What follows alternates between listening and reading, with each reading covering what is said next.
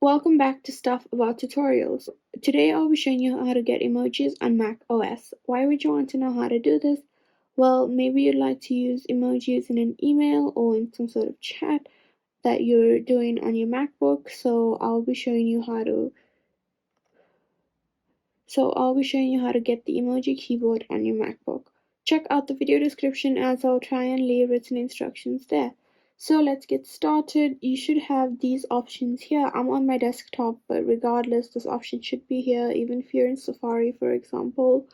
So yeah, we have these options in the top left corner, and from these, you're going to go on the option that says Edit. So if I click on Edit, and if you go all the way down, the last option is emojis and symbols. So if you click on that, that opens up the emoji keyboard that iOS usually has, and you can basically choose any emoji that you like on this emoji keyboard and click on it, and it will also give you a frequently used.